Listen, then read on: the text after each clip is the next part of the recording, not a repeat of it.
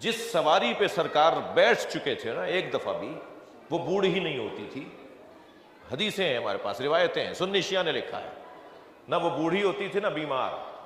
گھوڑوں کی عمریں 30-35 سال زیادہ سے زیادہ ہیں، ورنہ 20-25 سال میں گھوڑا مر جاتا ہے. 40 سال کا کوئی گھوڑا آپ کو مل جائے، شاید کارنامہ ہوگا کہ آپ نے ایسا کوئی گھوڑا ڈھونڈ لیا جس کی عمر 40 سال ہے. جی کربلا کا واقعہ نبی کی رحلت کے 50 سال بعد ہوا ہے، اور کربلا میں امام حسین کا گھوڑا جو نبی کا گھوڑا تھا وہ 50 سال بعد بھی جوان ہے. امام حسین کی سواری ذوالجناح، کیونکہ نانا نے نواسے کو وہ ہدیہ دیا تھا، تو کیونکہ نبی اس پر بیٹھے تھے اس وجہ سے وہ کربلا میں بھی 50 سال بعد جوان نظر آ رہا ہے. اب سنیں گے مصیبت کیا تھی. مصیبت یہ تھی کہ جب حسین گھوڑے سے گر گئے، سخت جملہ کہنے جا رہا ہوں میں ابھی، اگر میرے ماں باپ، میری نسلیں، ہماری ساری کائنات امام حسین کی جوتیوں سے لگی ہوئی خاک کے ذروں پہ قربان، ہماری حیثیت کیا ہے؟ ہم ہیں کون؟ ہم ہیں کیا؟ اگر میں اس وقت ممبر سے گر جاؤں تو یہ جوان آگے بڑھ کر مجھے سہارا دے گا، وہ بھائی آگے بڑھ کے میرا ماما مجھے دے گا، وہ مجھ سے کہے گا مولانا کیا ہو گیا تھا. ہر شخص آگے بڑھ کر ہمدردی کرے گا. قربان جائیں زہرا کے لال پر، امام حسین گھوڑے سے گر نہیں رہے، گرائے جا رہے ہیں. یعنی ہر شخص یہ چاہتا ہے کہ حسین کو گرا دیا جائے. اور سنیں گے عزاداروں کہ کیسے دشمن نے امام حسین کو گرایا ہے. امام کے سینے میں 3 پھلوں کا تیر مارا، وہ تیر امام کی کمر سے نکل رہا تھا. امام نے بہت چاہا کہ اسے واپس باہر نکالیں، مگر وہ تیر واپس نہیں آتا تھا، تو امام نے اس کی چوب کو توڑا، اس کی ڈنڈی کو توڑا، اور پھر گھوڑے سے کہا اے ذوالجناح اب مجھ سے تیری پشت پہ بیٹھا نہیں آتا. اجرکم اللہ، اجرکم اللہ. جن کے مذہب میں رونا جائز ہے وہ تکلف کر کے نہ روئیں، اپنی آوازوں کو آزاد کریں گے. میں 2 جملے کہہ رہا ہوں.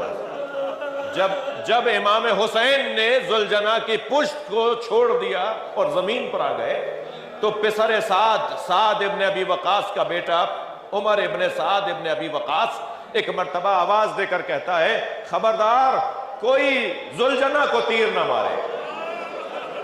کہتا ہے میں نے بچپن میں نبی کو اس پہ بیٹھے دیکھا ہے، اسے پکڑ کر لاؤ، میں تبرک کے طور پہ رکھوں گا. رونا اسی بات کا ہے کہ انہیں نبی کی سواری یاد رہی، مگر انہیں نبی کا سوار یاد نہیں رہا. اجرکم اللہ، اجرکم اللہ. اللہ آپ کو کسی غم میں نہ ڈالے. امام حسین تو خود نبی پر بیٹھتے تھے نا، نبی کے دوش پہ بیٹھتے تھے، نبی کے سینے پہ بیٹھتے تھے، نبی کی آغوش میں رہتے تھے. انہوں نے حسین کو مار دیا، مگر کہنے لگے ذوالجناح کو کوئی تیر نہ مارے. سنیں گے سپاہی آگے بڑھے ذوالجناح کو پکڑنے کے لیے، مگر ذوالجناح ہر ایک کو اپنے قریب آنے سے روکتا تھا، اپنے پیروں سے سموں سے زخمی کرتا تھا. 2-2 4-4 کر کے سپاہی جاتے رہے. 80 سپاہیوں کو ذوالجناح نے زخمی کیا. جب اتنے زخمی ہو گئے تو پھر آواز دے کر کہا گیا خبردار اب پیچھے ہٹ جاؤ، دیکھو یہ کرتا کیا ہے. سنیں گے جب سپاہیوں کو ذوالجناح نے دور ہٹتے ہوئے دیکھا تو اس نے دائیں بائیں دیکھنا شروع کیا. اسے یاد آیا کہ حسین کو کہیں اور اتارا تھا، اور یہ دوڑا اسی طرف جہاں امام حسین کو اتارا. مگر عزاداروں اسے پہنچنے میں دیر ہو گئی تھی. امام کی گردن کو کاٹا جا چکا تھا، امام کے سر کو کاٹا جا چکا تھا. لاشیں بکھرے ہوئے تھے. یہ ہر لاشے پہ جاتا تھا اور لاشے کو سونگھتا تھا، اور ہر لاشے کو ایسے سونگھتا تھا جیسے اپنا پھول تلاش کر رہا ہو. اور سنیں گے اسی لاشے پہ رکا جو حسین کا لاشا تھا.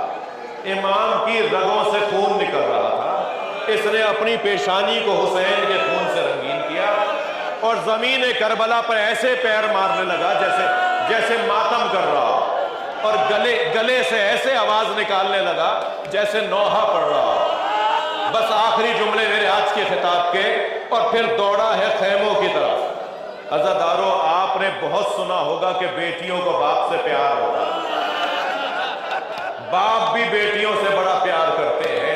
میں نے کربلا کے مقتل میں دیکھا ذوالجنا ڈھونڈ رہا تھا سکینہ کہاں، اسی خیمے پہ جا کے رکا جس خیمے میں جناب سکینہ تھی۔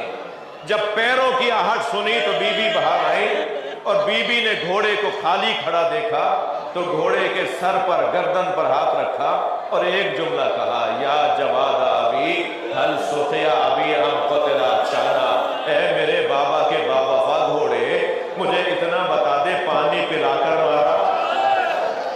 میرا بابا پیاسا بہت تھا۔ اللہ لعنت اللہ علی القوم الظالمین۔ یا اللہ ان آوازوں پر رحمت نازل فرما، رونے والوں کی توفیقات میں اضافہ فرما۔